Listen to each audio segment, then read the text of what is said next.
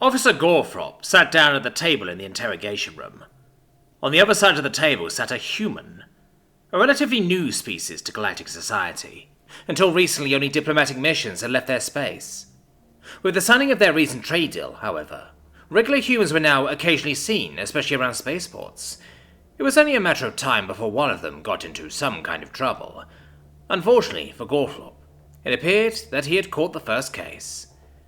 "So, I believe your name is Mike Tholiason, is that correct?" he asked, after turning on the translator and recording apparatus fixed at the table. "Yes. Just to confirm for the record, you're originally from the Lunar 6 colony in the Sol system, here on business as part of the crew of the trading vessel Making Bank." The human nodded. "Please confirm verbally for the recording apparatus." "Yes." "Thank you, Mr. Thurlison. Do you know why you're here?" "Yeah, this is about the fight at Grebos." "It is, Mr. Thurlison. Would you care to explain what happened in your own words?" "We were having a drink to celebrate closing a deal with a major corp." "This would be the Antalor Corporation, yes?" interrupted Gorthrop. "Yeah, that's them. Anyway, we were having a drink to celebrate when this bug-looking guy walks up to us. He says something like, 'Your kind ain't welcome here.' This would be Mr. Deacher, a Vorlex, yes?" "Didn't know that was his name, but yeah, he was a Vorlex," Mike continued. "Anyway, we all look at him and ask what he means. I mean, we picked Grebos because it was the closest bar to our landing pad that served human-compatible drinks. He tells us that soft-skins like us aren't welcome. It's about this point that we notice that there's another 6 or 7 Vorlex coming through the crowd to back him up. So we all look at each other, and Dave, our purser, says, 'Okay, we'll finish up our drinks and go. There's no need for any fuss.' So an attempt was made to de-escalate the situation," Gorthrop asked, making a note in his pad. "Yeah, look, we're merchant spacers, we're not marines. We try to avoid trouble. It's generally bad for business," Mike stated. "Understood, Mr. Thurlison. Please continue. You had just described your purser's offer to leave once you had finished your drinks."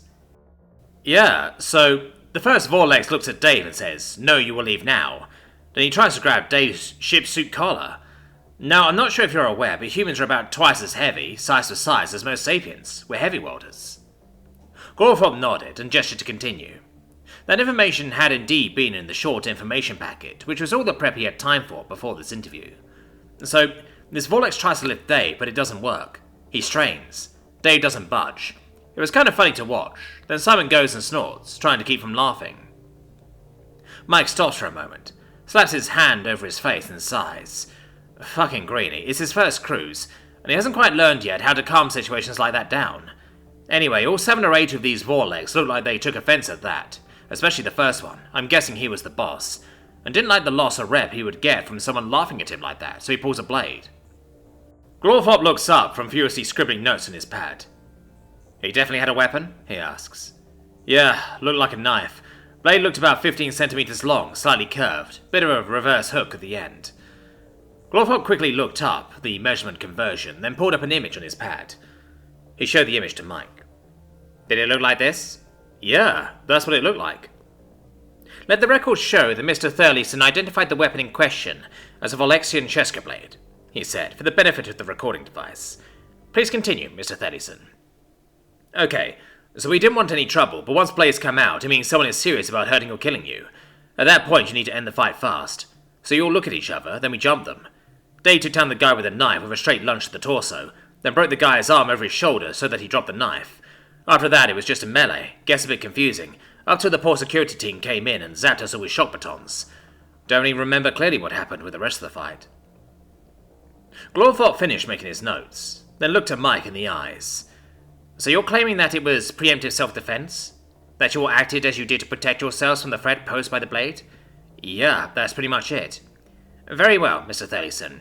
Your testimony matches with the rest of your crews. Unfortunately, Mr. Deacher and his associates tell a rather different story. They claim that you and your crewmates were aggressive and threatening, and when they politely asked you to leave, you attacked. Unfortunately, the visual recording devices at Grebos seem to have suffered a malfunction. This isn't the first time they've had that issue, but it means we don't have anything to corroborate either side's claims." "Well, that's just peachy, so it's our word against theirs, and I'm willing to bet that the other customers are backing them up." "Undoubtedly they would, if we were willing to use their testimony. However, it is well known that they are all associated with Mr. Deacher in one way or another. This leaves us with only one way to resolve this situation: a psychic probe. Would you be willing to submit to this in order to prove your claims? Mike frowned, looking uncertain. Is it safe? Of course it is, Mr. Thurleyson. It is a widely used technique. You'll be at no risk. No, it's not me. I can't remember, but I think there was something in the briefing packet about you guys out here reacting badly to psychic contact with humans. Something about our brains attacking you? Mr. Thurleyson, I'm a Class 5 adept. I assure you, there is nothing your untrained mind can do to mine. Class 5 is the second highest adept rating available. The procedure will be perfectly safe. Mike frowned at the table for a bit longer, thinking, if you're sure, man, as long as it's safe. Very well, then. Glorthorpe put his pad aside and reached out with his fine manipulator arms to place a manipulator on either side of Mr. Thurleyson's head. Just close your eyes and think about the events at Grebos. I will do the rest. As Mike followed his instructions, Glorthorpe took a breath and began. From the outside, nothing happened for a couple of seconds. Then Glorthorpe convulsed, throwing himself back in his chair, which toppled over. He landed on the floor and continued to convulse. Mike stood up and ran round the table, falling to his knees beside the officer. Help! Someone get in here and help! The screen turned to black, and Instructor Dreammore turned to the class. This recording is shown to every graduating class of enforcement officers across Galactic Society. This is done as a warning. If you encounter a human in the course of your duties, under no circumstances should you initiate any form of psychic contact. As you have seen, even a level 5 adept barely survives such contact with an individual human's regard as mentally healthy. Most human criminals suffer from some form of mental health issue, as do most criminals generally. This makes the issue worse. One of the class raised a manipulator.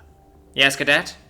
Instructor, what caused Officer Glorthorpe's seizure? Do humans have some kind of innate psychic shielding? No, they do not. Their psychic abilities are purely offensive. Unfortunately, or perhaps fortunately, given the sheer potency of those abilities, they are entirely focused inwards. Human minds are constantly undergoing psychic attack. And not just any psychic attack. It is the strongest known psychic attack ability in the galaxy. If you make psychic contact with a human's mind, you will also be caught in the effects. The less well adjusted the individual human, the stronger the attack. Humans with mental health issues have been known to kill level 6 adepts instantly on psychic contact. No known shielding method is sufficient to protect you.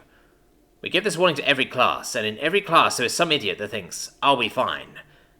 They aren't, and every year at least one family loses a loved one because they thought that they could handle psychic contact with a human. Don't be that guy.